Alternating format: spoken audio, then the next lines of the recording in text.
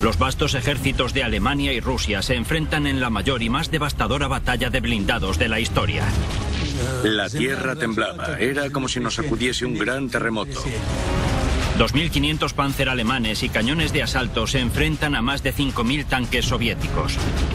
Cuando todo acabe, las bajas superarán las 200.000. Los artilleros me dijeron más tarde que solo vieron muros grises.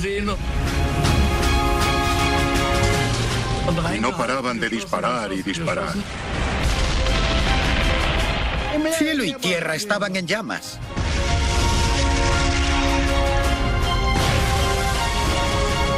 Esta es la sangrienta batalla de Kursk. Tanques sobre tanques. Soldados sobre soldados. Era el Armagedón. La gran batalla de los tanques, la batalla de Kursk, primera parte.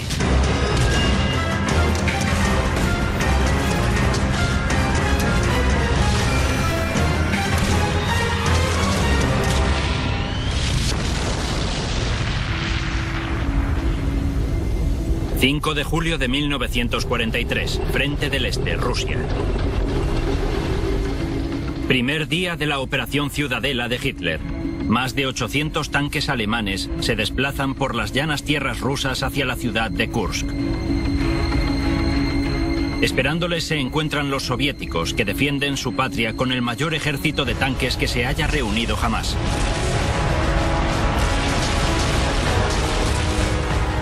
Se trata del último intento de Hitler de darle un giro a la guerra en el Frente del Este. Una guerra que durante los últimos meses se ha torcido en gran medida para los alemanes.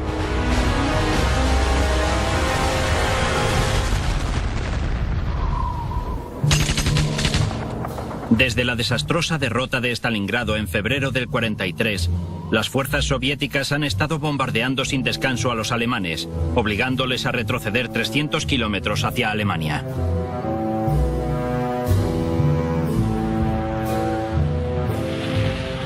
A finales del invierno, el ejército alemán del Frente del Este es vapuleado y se encuentra al borde de la destrucción.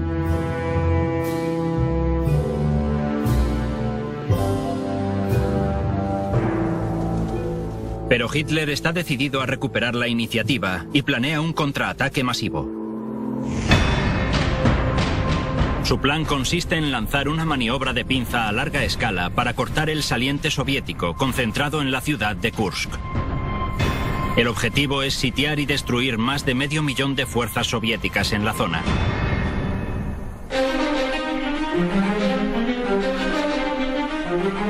El campo de batalla es extenso, 200 kilómetros de largo y 150 hacia el interior.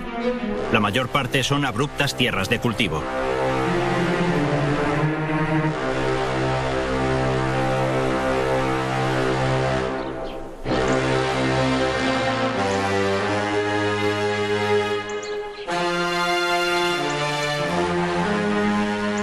Los amplios espacios abiertos de los legendarios pastos rusos son ideales para una lucha entre tanques. Es un objetivo temible, y durante la primavera y el comienzo del verano, los alemanes acumularon 2 ejércitos enteros, 780.000 hombres, cerca de 10.000 cañones y 2.500 tanques. Una inmensa fuerza que hará temblar los cimientos de Rusia. Pero esta concentración no pasará inadvertida, y mientras los alemanes se preparan para la Operación Ciudadela, los soviéticos hacen lo propio. El enemigo empieza a reunir todas sus fuerzas. Quiere vengarse por la derrota en Stalingrado. Así que los comandantes deciden resarcirse en primavera y reagruparnos para prepararnos para la defensa. Tanto si atacábamos como si nos defendíamos, había que desgastar al enemigo.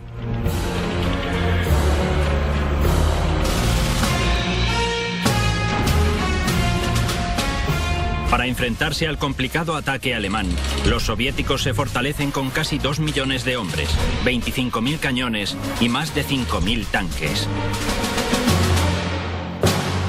Empiezan a abrirse paso a través del saliente de Kursk.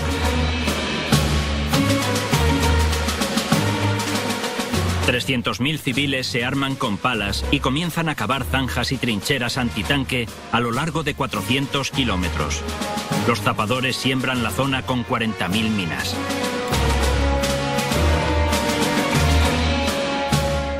Contábamos con cañones antitanque y eran impresionantes. Y, por supuesto, tanques. La columna vertebral de los cuerpos blindados soviéticos es el tanque medio T-34. Con un cañón principal de 76 milímetros y 4,7 centímetros de blindaje frontal, el T-34 de 31 toneladas cuenta con una potencia de fuego, protección y movilidad letales. En el verano de 1943, las fábricas soviéticas producen miles de ellos y a lo largo del saliente de Kursk, los T-34 empiezan a tomar posiciones.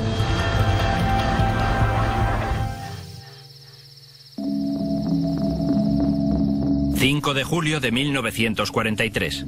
Después de 3 meses de preparación, los alemanes ya están listos para el ataque. Una hora antes del comienzo de la Operación Ciudadela, artilleros soviéticos desatan un ataque masivo sobre las posiciones alemanas.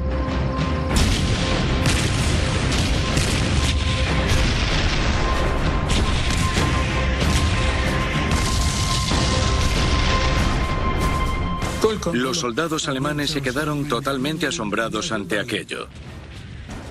Ellos no se esperaban semejante potencia de fuego por parte de los rusos.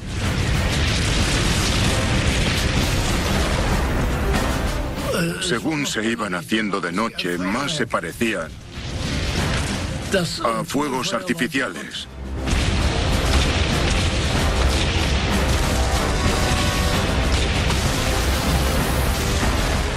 Pero algo tuvo que pasar porque a los rusos les fue imposible calcular el tiempo del ataque. Exactamente 1 hora antes del ataque planeado. Los soviéticos sabían la hora del ataque a la perfección. Habían capturado a un equipo de zapadores alemanes que habían confesado.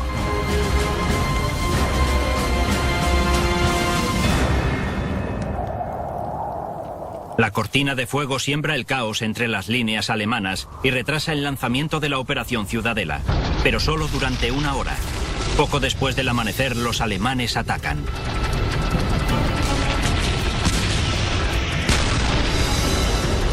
Es un ataque blindado en masa que incluso hoy día sigue dejando una sensación amarga.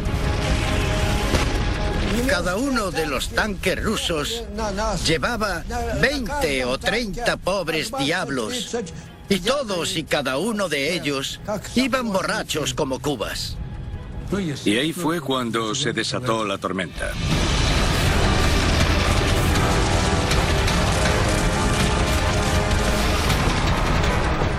Cielo y tierra estaban en llamas. Tanques sobre tanques. Soldados sobre soldados. Era el Armagedón.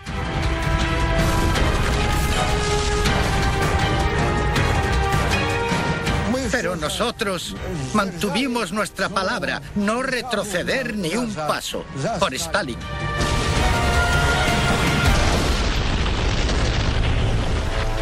Hacia el final del día, los alemanes solo se habían adentrado discretamente en la amplia red de defensa soviética a lo largo del saliente de Kursk.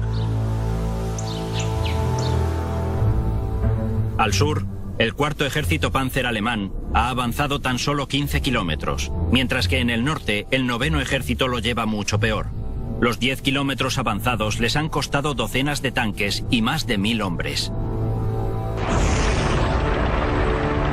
Hasta el momento, la Operación Ciudadela no va a ningún lado, y las fuerzas soviéticas que se encuentran en la parte norte del saliente de Kursk se preparan para el contraataque.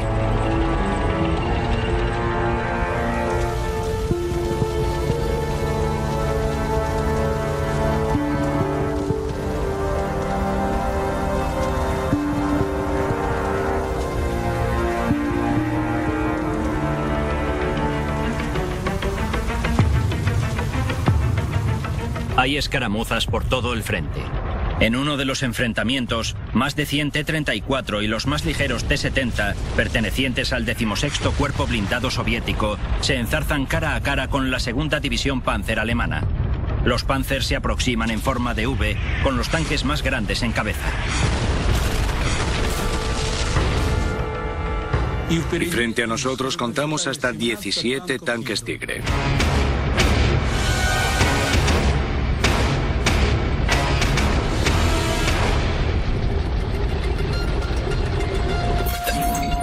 El Tigre es el tanque alemán más grande.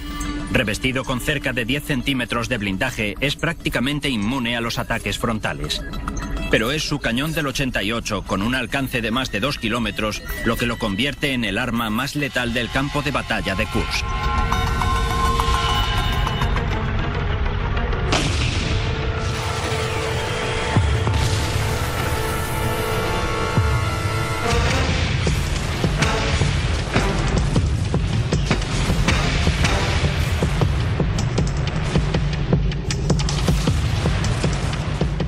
Y comenzó la terrible y épica batalla. La mitad de nuestros tanques eran ligeros.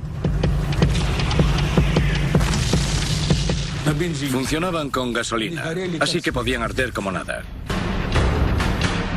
Iván Sagin se encuentra en un tanque T-34. En medio de la confusión sale de los matorrales y se pone a tiro de 2 tanques Tigre alemanes. Dispara 2 veces, pero los proyectiles rebotan.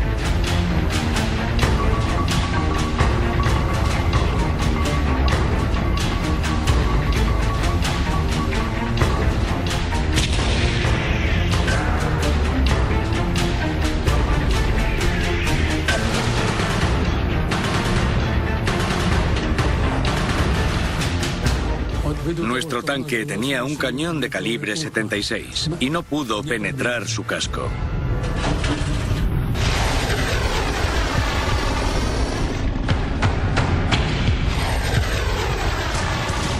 Lo salvan los cañones antitanque soviéticos, pero los alemanes se siguen acercando.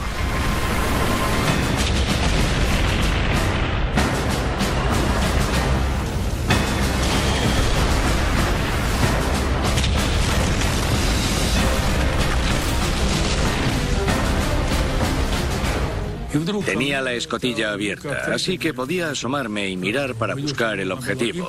Y de repente entró el comandante de mi batallón. Su tanque había sido alcanzado y estaba en llamas. La infantería enemiga lo había rodeado, así que decidió salir y esconderse en el mío. Y justo en el momento en que entró en mi tanque, los alemanes dispararon y nos alcanzaron a nosotros. El impacto hizo que saltara metralla y un trozo le dio al comandante en la cabeza. Se la reventó. Yo estaba lleno de sangre, estaba totalmente cubierto por sus sesos. No sabía qué hacer para quitarme todo aquello de encima.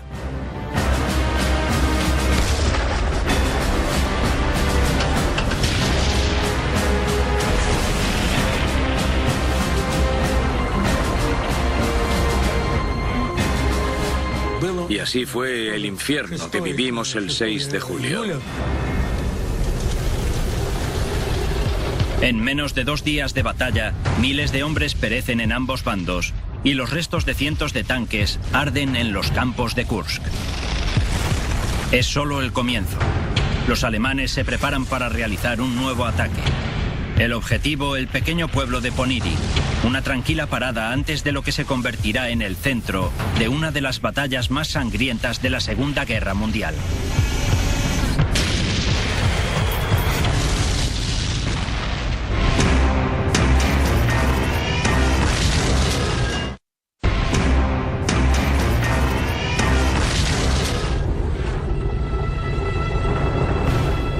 ...5 de julio de 1943. En un esfuerzo por cambiar el destino del Frente del Este, los alemanes lanzan una gran ofensiva blindada contra la defensa soviética en las planicies de la Rusia occidental.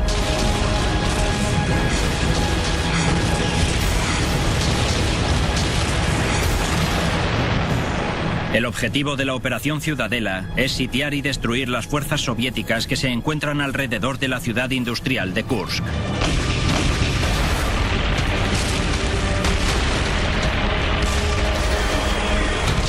Los soviéticos oponen una fuerte resistencia contra los Panzer que se aproximan. Ambos bandos sufren grandes pérdidas y hacia el final del segundo día los alemanes solo han conseguido pequeños logros. Pasado ya un día y decididos a tomar Kursk, el general Model lanza un nuevo ataque. El objetivo, la ciudad de Poniry.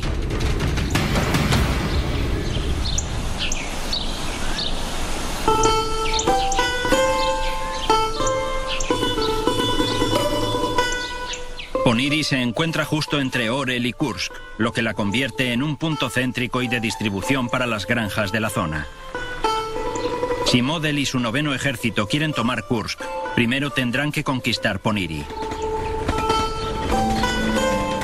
El mariscal soviético Konstantin Rokossovsky conoce el valor estratégico de esta ciudad. Se adentra con una fuerza enorme compuesta por tanques y cañones y coloca miles de minas. La estación de Poniry es ahora el punto fortificado más fuerte de todo el saliente de Kursk.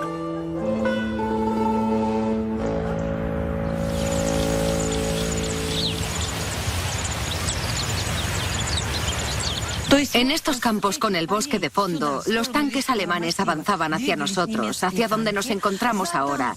Detrás de ellos, la infantería marchaba contra los soldados que estaban aquí sentados en estas trincheras.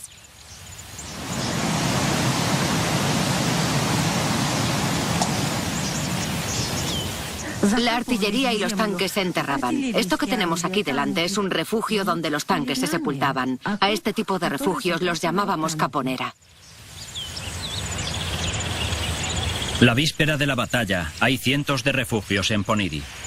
Están formados por 3 paredes y una entrada inclinada.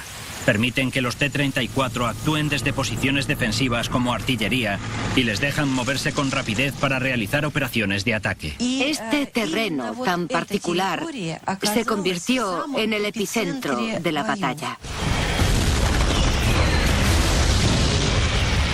Los alemanes y los soviéticos se enzarzan en una despiadada batalla por el control de Poniry. La ciudad cambiaba de dueño 5 veces al día. Los alemanes envían panzers una y otra vez a la contienda. Las minas, los T-34 y los cañones antitanque destruyeron muchos de ellos. El 9 de julio, los alemanes atacan por el noreste del pueblo, amenazando las posiciones soviéticas en terreno elevado, designadas en los mapas como Colina 253.5. Nuestra división, la 177 Sturmgeschütz de armas de asalto, se unió a los demás el 9 de julio. Se suponía que teníamos que atacar una montaña que estaba ocupada por el enemigo. Utilizamos armas de asalto, infantería y una unidad de destructores Ferdinand recién salidos de fábrica. El Ferdinand era el nuevo cañón autopropulsado alemán, jamás visto antes en el campo de batalla. Es un monstruo de 65 toneladas, con un blindaje de 20 centímetros de grosor y 2 motores gemelos de 300 caballos que le permiten moverse a 30 km/h. Pero su característica más temible es el cañón del 88 de alta velocidad de 6 metros de longitud. Teníamos grandes esperanzas puestas en esos tanques. Con su cañón del 88 podía disparar a más de 3 kilómetros de distancia. El Ferdinand no podía efectuar el ascenso a la montaña. Pensamos que era la artillería la que los había alcanzado, pero después de que cayeran uno detrás de otro, supusimos que era por culpa de los motores que se habían recalentado y habían explotado. Todas las tripulaciones salieron y escaparon, y una vez más, dependíamos de las armas de asalto. El cañón de asalto alemán más fabricado es el Sturmgeschütz, o Stug. Construido sobre el chasis de un Panzer III, el Stug sin torreta está armado con un cañón de alta velocidad del 75 y es el cazacarros alemán más eficaz.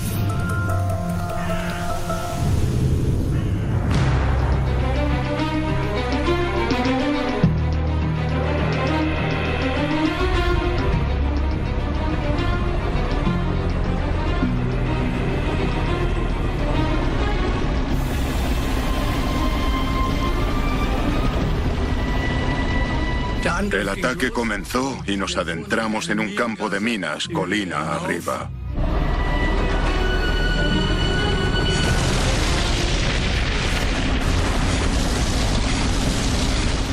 La artillería rusa nos atacaba con dureza constantemente a lo largo de todo el camino. Nuestro comandante se puso de pie en la escotilla para indicarnos que teníamos que dispersarnos. Y entonces lo alcanzaron y murió al instante.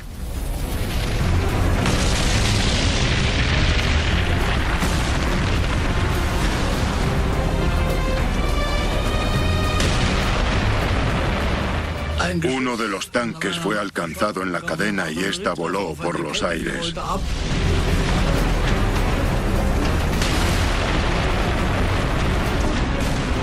Aunque perdieron más de la mitad de los Stuks, el avance alemán atraviesa la primera línea de defensa de Rokossovski.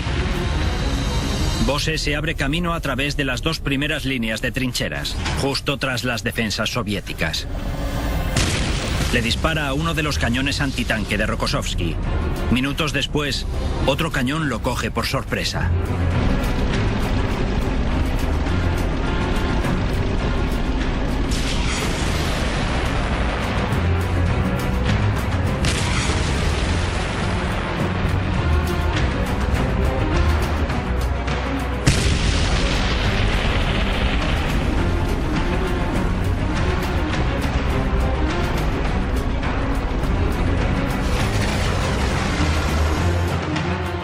No pudimos reaccionar tan rápido. Lo único que me dio tiempo a decirle al conductor fue acelera.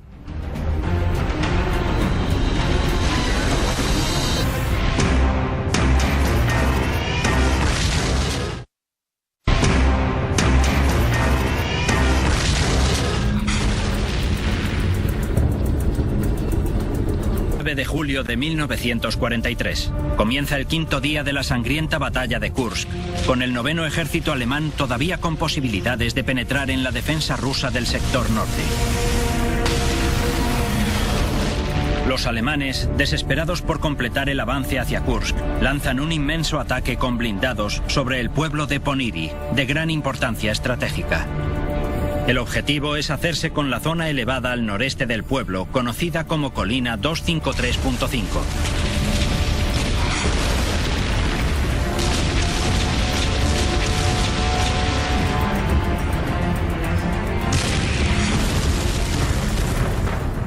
Nos abrimos camino a través de la primera línea de trincheras y cuando alcanzamos la segunda, los rusos se retiraron.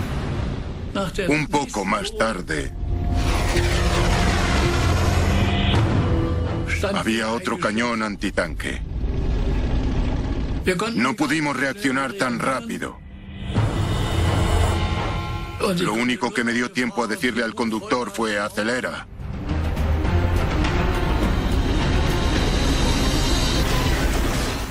Nos dirigimos hacia el cañón y nos las arreglamos para aplastarlo.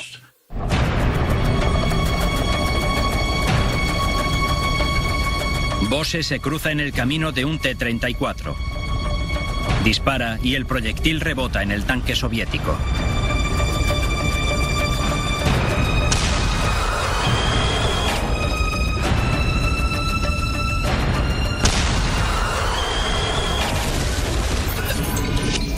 El blindaje frontal de 48 milímetros de un T-34 tiene una inclinación de 60 grados, lo que le permite desviar los proyectiles que lo alcanzan y le otorga el equivalente a casi 75 milímetros de protección frontal.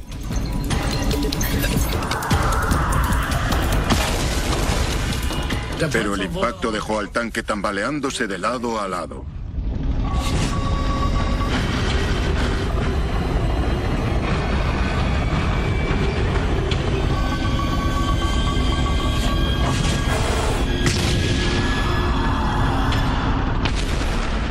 Nuestros proyectiles tenían la capacidad de atravesar el blindaje. Solo explotaban poco después de penetrar en el casco de acero del tanque, por lo tanto, tras el impacto, su destrucción y la destrucción de la tripulación estaba garantizada.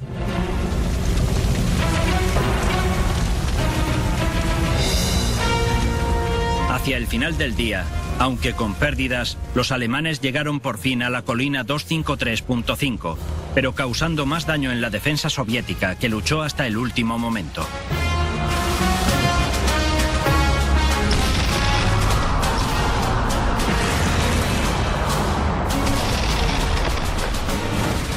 Los soviéticos reciben órdenes del propio Stalin. No os retiréis bajo ningún concepto.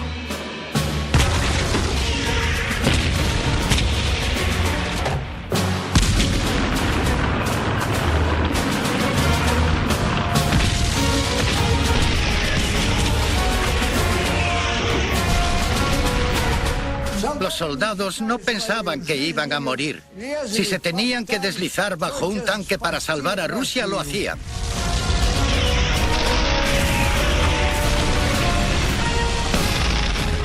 La estrategia de los tanques rusos se basaba, por decirlo de alguna manera, en la tozudez.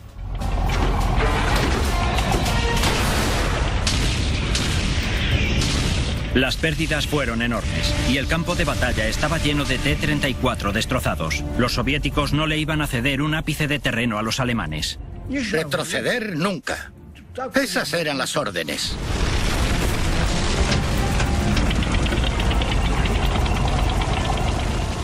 Las tripulaciones de los tanques soviéticos dejaron que los alemanes se acercasen con el objetivo de alcanzarlos en las zonas más vulnerables. Y eso es precisamente lo que hizo el comandante de tanque Iván Sagin. Les disparamos con munición perforante. Tenía que dar en el blanco. Pero rebotó y salió hacia arriba.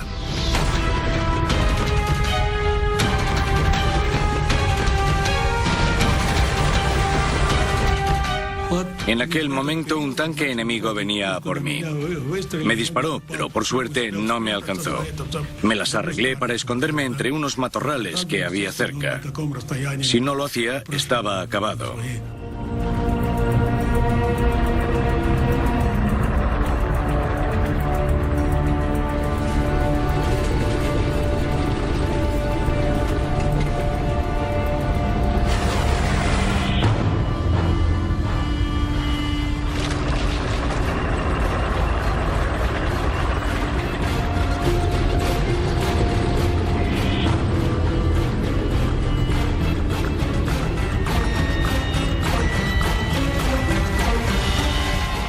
Dejé que pasaran de largo y salí de los matorrales. Paré al lado de un camión en llamas y esperé a que estuvieran a tiro. Luego le disparé a un tanque y le di en la parte lateral del casco. Se incendió y toda la tripulación salió volando por los aires.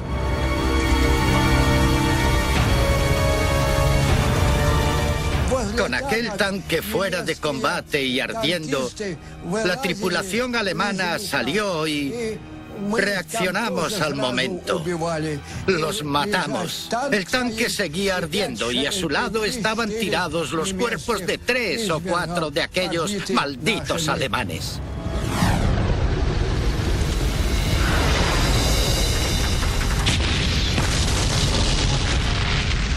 Después de casi una semana de intensa batalla, los alemanes están exhaustos y abatidos, al fracasar en la conquista de Poniri.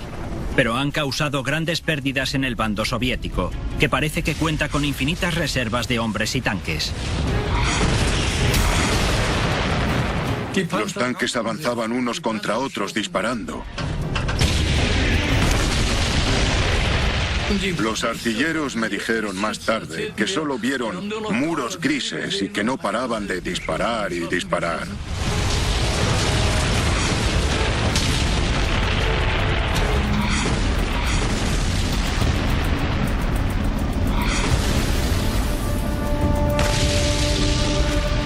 Bose es alcanzado y ahora solo puede manejar el Stug marcha atrás, lo que lo convierte en un objetivo fácil. Retrocede hasta una zona más protegida, pero todavía está en peligro.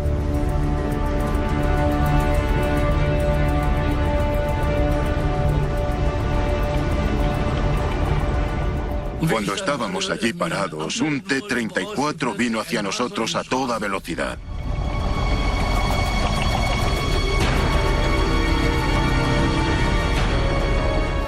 Conseguí retroceder un poco y coger una buena posición de disparo.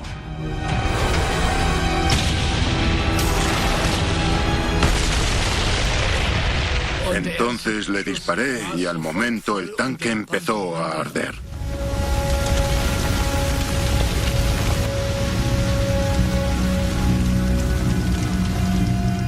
Les pregunté a mis compañeros qué había pasado. Y me dijeron que los tanques rusos habían conseguido pasar a través de nuestras líneas, hasta nuestra retaguardia, hasta nuestra zona de abastecimiento y de reserva de tropas. Ahora estábamos todos mezclados.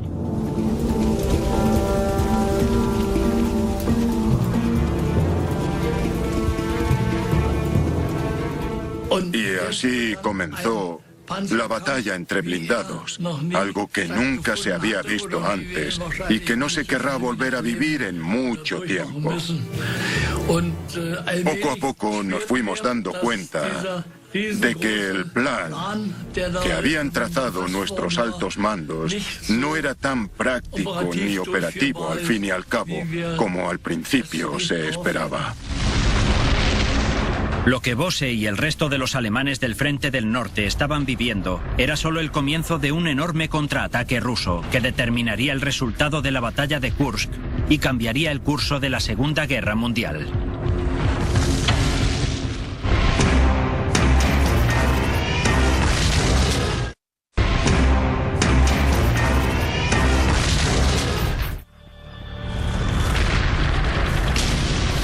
De julio de 1943.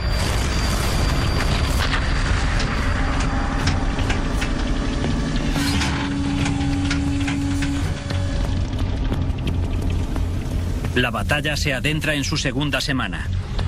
Las pérdidas en ambos bandos han sido enormes. 80.000 hombres muertos y más de 2.000 tanques fuera de combate.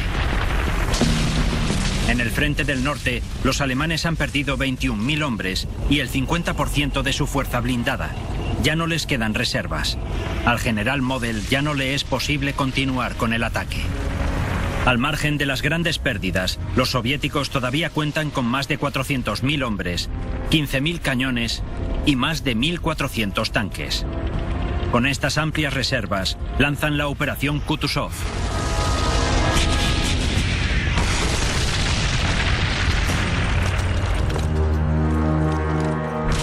Entonces nos llegaron muchos refuerzos. Todas aquellas unidades que realmente estaban bajas de forma y habían perdido muchos efectivos y equipamiento fueron relevadas.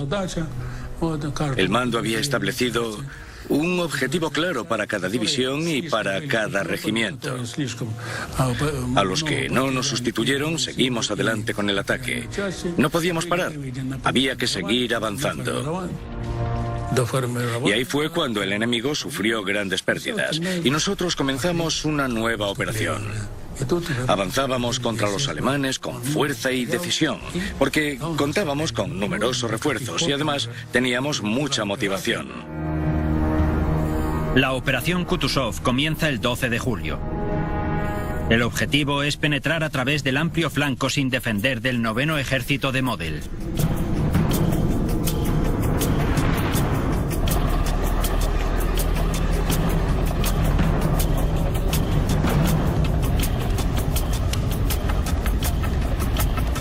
De repente me vi metido en una zona baja entre arbustos, observando el flanco enemigo.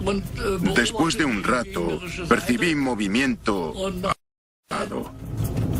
Los tanques rusos se aproximaban a nuestra posición.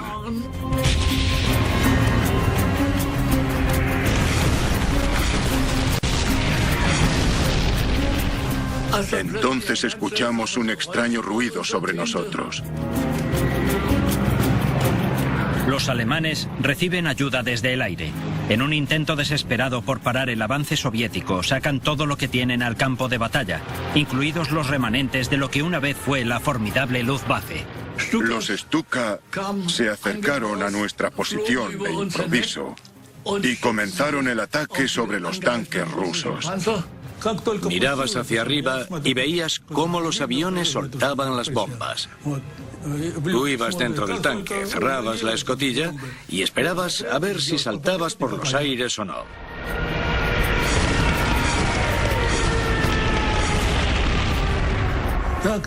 Cuando salías del tanque, normalmente teníamos reservas dentro, algo a mayores, algo de armamento y munición por si acaso, pero no había nada, no quedaba nada. Como dicen ellos, desplumados como las gallinas. Las bombas impactaban en los tanques.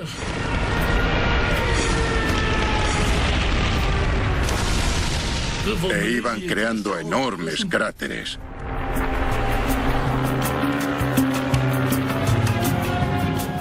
Los tanques que caían dentro de uno de esos cráteres ya no podían salir de allí.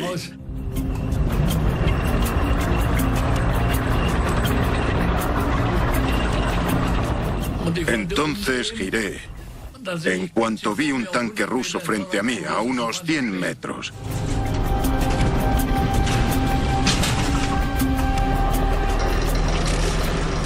Empecé a retroceder y de repente nos quedamos parados. Habíamos chocado contra un tocón y las cadenas giraban en el aire. Estábamos atascados y no nos podíamos mover. Salí para ver qué era lo que pasaba y llamé también a 2 de mis compañeros de tripulación. Salimos con un hacha y conseguimos cortar un trozo del tocón que se había atascado debajo para poder nivelar el tanque. Mientras tanto, el tanque ruso se acercaba a nosotros. Al final conseguimos librarnos de aquel tronco y movernos para apuntar al objetivo.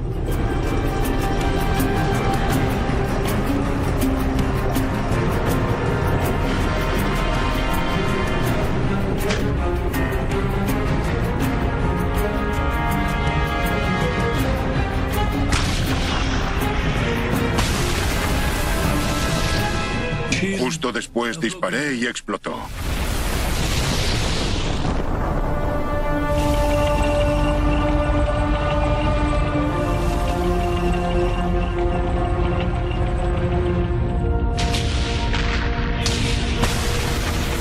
La presión soviética sobre las líneas alemanas es cada vez más fuerte. La infantería de Model cuenta con muchas bajas. En algunas zonas solo le quedan 4 o 5 cañones de asalto.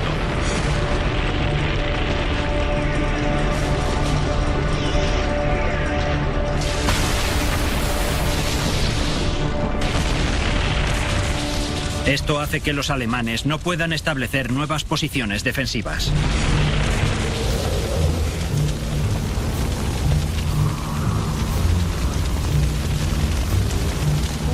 La Operación Ciudadela, la última ofensiva alemana del Frente del Este en la Segunda Guerra Mundial, ha llegado a su fin.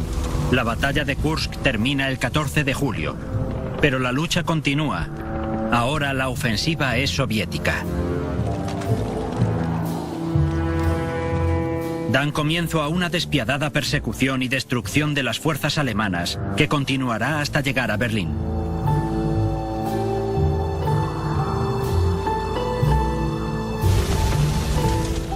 Después de desalojar los sitios donde vivían los alemanes, después de bombardear todos aquellos lugares, todos sus escondrijos y todos sus campamentos quedaron hechos pedazos y completamente destruidos. Los soldados estaban hundidos. Esos pobres diablos alemanes fueron derrotados. Nuestra patria ya no les hacía felices. Sus planes se habían ido al traste por completo. Creyeron que podrían acabar con nosotros en nuestra propia casa. Pero esos malditos alemanes salieron con el rabo entre las piernas.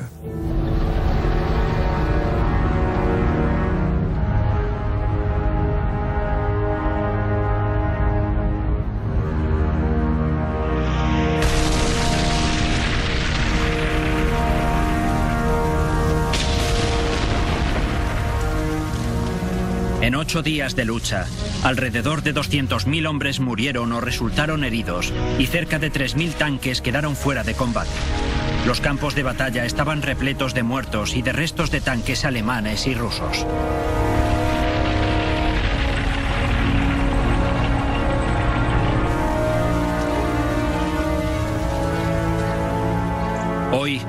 La única prueba que queda de la gran batalla que tuvo lugar aquí son los monumentos levantados en los pueblos y campos de cultivo que se encuentran por toda la zona de Kursk.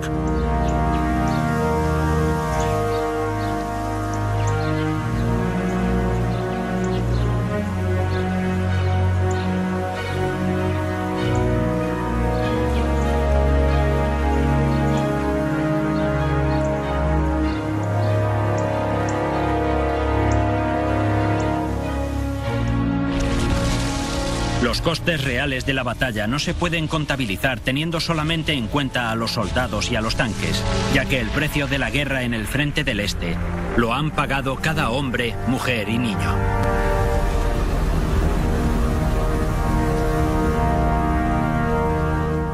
Recuerdo perfectamente toda aquella tragedia. ¿En qué año fue? ¿1943? Ahí tuvo lugar la batalla de Kursk. Todo quedó destruido. Ya no había nada. Colgaron a nuestra gente. Todo el mundo se moría. ¿Qué podemos decir? Todo el campo, toda la zona estaba llena de cadáveres de los soldados. Estaba todo destrozado.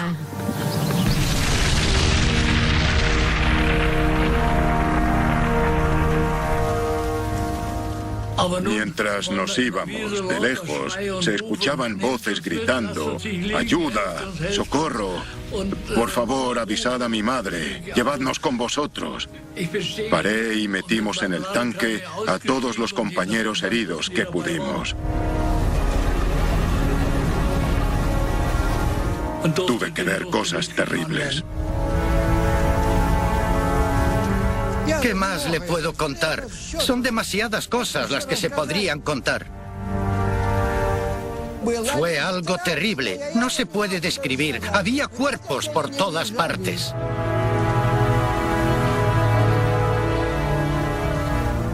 Pero gracias a nuestro espíritu pudimos defender nuestra tierra.